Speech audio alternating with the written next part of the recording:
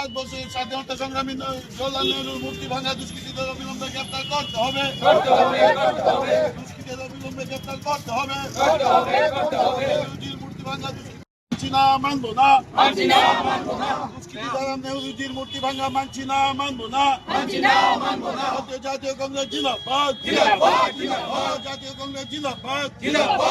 জওহরলাল নেহরু অমর রহে, জওহরলাল নেহরু অমর রহে। নেহরুজির মূর্তি ভাঙা দুষ্কৃতীদের দুষ্কৃতীদের অবিলম্বে গ্রেপ্তার করতে হবে। আমাদের আন্দোলন চলছে, চলবে।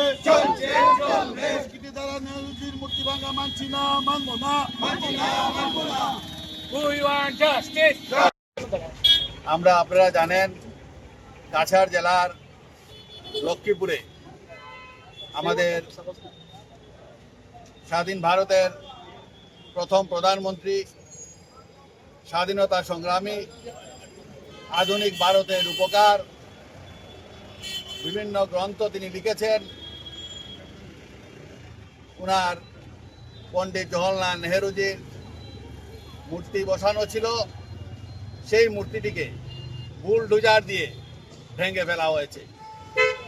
আমরা যখন জানতে পারলাম, সাথে সাথে আমরা প্রতিবাদ সাব্যস্ত করেছি।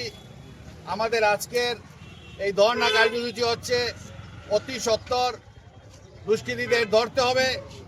আপনারা জানেন যে আমাদের মন্ত্রী কৌশিক রায়জির লক্ষ্মীপুরে এই অবমাননা কাণ্ড আজকে বাংলাদেশকেও হার মানিয়েছে।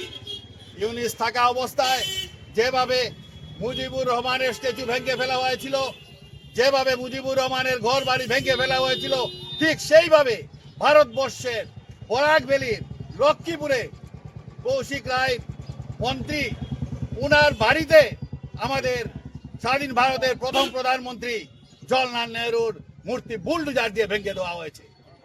আজকে এই দেশে আমার থেকে লাভ কি?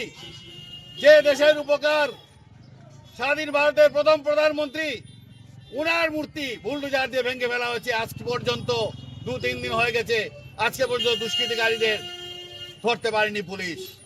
আজকে কেন সেটা?